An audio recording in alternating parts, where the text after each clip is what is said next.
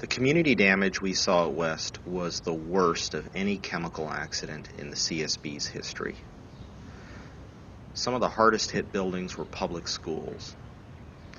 The intermediate school that was very close to the explosion site was completely devastated by blast and fire. And when our investigators visited, even with urban search and rescue, there was almost no part of that building that could be safely entered.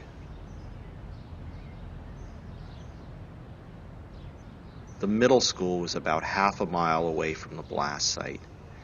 It was heavily damaged, glass was broken, ceilings were falling in. But the very worst damage was close to the site. The apartment block was almost demolished. And of course, tragically, there were a couple of fatalities within that building. Across the street from the apartment block is a nursing home.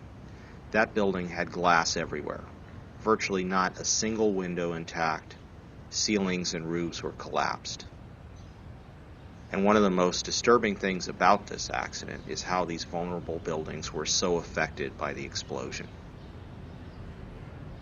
Of course, there were a huge number of houses that were damaged or destroyed.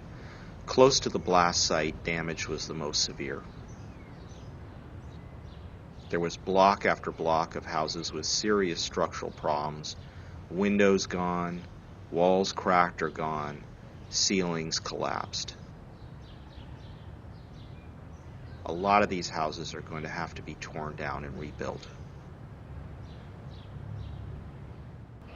The site itself was really pulverized by the accident. There's very little there except rubble and twisted metal. Across the street from the site, there was a playground with basketball courts and tennis courts, and that showed some of the most severe blast damage.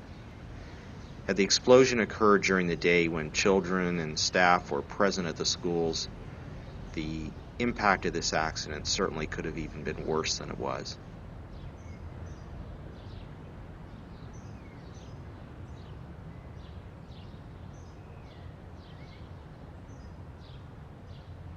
CSB investigator Jerad Denton went out with a film crew on Friday, May 3rd, and went around the neighborhood trying to document just how severe this accident was.